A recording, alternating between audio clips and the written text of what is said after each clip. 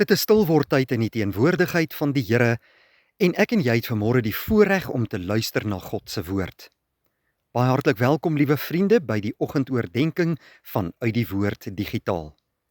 Ek is Dominee Adrian Swart en is my heerlik om vanmôre hierdie nuwe dag saam met jou te begin. Ons gaan saam lees uit die woord van die Here uit Genesis hoofstuk 1.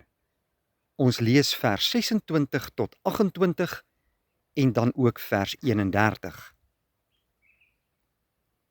Toe het God gesê: Kom ons maak die mens as ons verteenwoordiger, ons beeld, sodat hy kan heers oor die vis in die see, die voëls in die lug, die makdiere, die wilde diere en al die diere wat op die aarde kruip. God het die mens geskep as sy verteenwoordiger. As beeld van God het hy die mens geskep. Man en vrou het hy hulle geskep. Toe het God hulle geseën en vir hulle gesê: Wees vrugbaar, word baie, bewoon die aarde en bewerk dit. Toe het God gekyk na alles wat hy gemaak het en dit was baie goed. Geliefdes in ons Here Jesus Christus, Genesis 1 staan bekend as die hoofstuk in die Bybel wat vir ons die ontstaan van alles baie duidelik kon beskryf. God is 'n skeppergod wat in sy grootheid, liefde en almag 'n unieke wêreld geskape het. Ons lees in vers 26 dat God gesê het: Kom ons maak die mens as ons verteenwoordiger. Die ons is hier met 'n hoofletter geskryf. En dit is die eerste plekke in die Bybel wat vir ons baie duidelik kom beklemtoon dat ons met 'n drie-enige God te doen het. Hierdie ons verwys na die Vader, die Seun en die Heilige Gees. Al drie was betrokke by die skepping. Ons lees in die begin van Genesis 1 hoe die Gees van God oor die watervloed gesweef het, maar hoe die Vader en die Seun van die begin af betrokke was by die mensdom. God het in sy drie-eenheid besluit om die mens te maak as sy verteenwoordiger, as 'n beeld van God, om te heers oor die wêreld en alles daarin. Die Here het die mens so belangrik geag, dat hy die mens 'n verteenwoordiger gemaak het van God hier op aarde.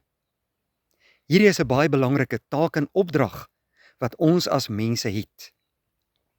Die vraag vandag is: bestuur ons die wêreld reg? Pas ons die wêreld op?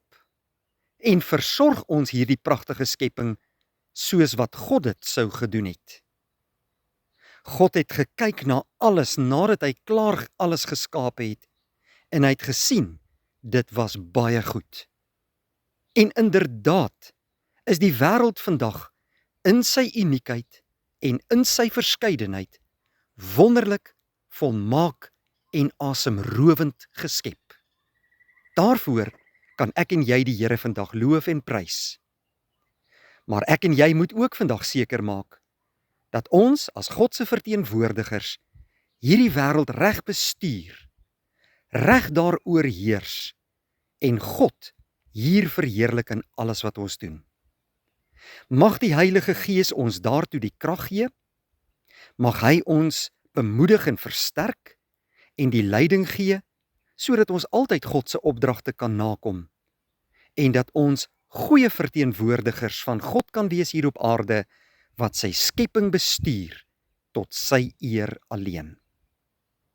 Kom ons bid saam. Hemelse Vader, ons loof en prys U naam vandag as 'n skeppergod, Vader, Seun en Heilige Gees. Dankie vir die pragtige wêreld wat U vir ons geskape het en dat U vir ons as mense, as U verteenwoordigers aangestel het om te heers oor hierdie pragtige skepping. Laat ons allerbeste doen vandag vir U. Gee vir ons wysheid en insig om die regte besluite te neem en om alles wat ons doen tot eer en verheerliking van U naam alleen te kan doen. Seën vir ons hierdie mooi dag, beskerm, behoed en bewaar ons, gee vir ons alles om van te lewe uit genade en vul ons harte met U liefde in hierdie dag. In Jesus naam bid ons dit. Amen. Vriende, baie dankie, 'n baie mooi en 'n geseënde dag vir u.